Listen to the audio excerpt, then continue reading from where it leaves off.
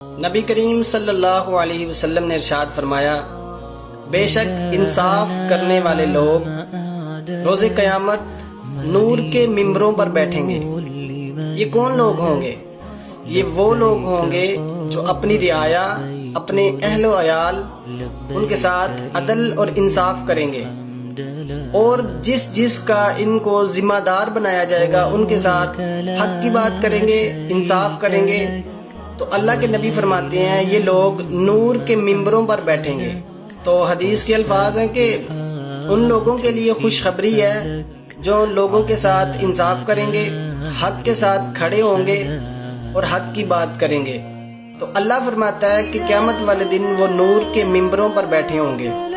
یہ بات ان کے لیے باعث فخر اور باعث عزت ہوگی، اور اللہ فرماتا ہے وہ قیامت والے دن میری دائیں جانب پہ ہوں گے، ایسے جیسے دائیں جانب والا ہاتھ ہوتا ہے۔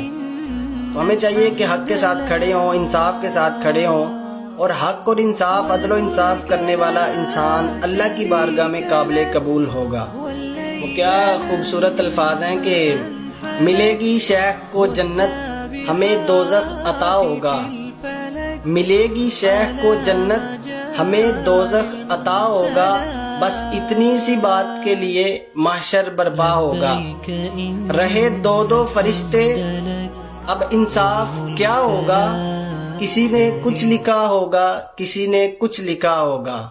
گناہ سے آشنائی جب نہیں رکھتے فرشتے، پھر گناہ لکھتے ہوئے شاید فرشتہ سوچتا ہوگا۔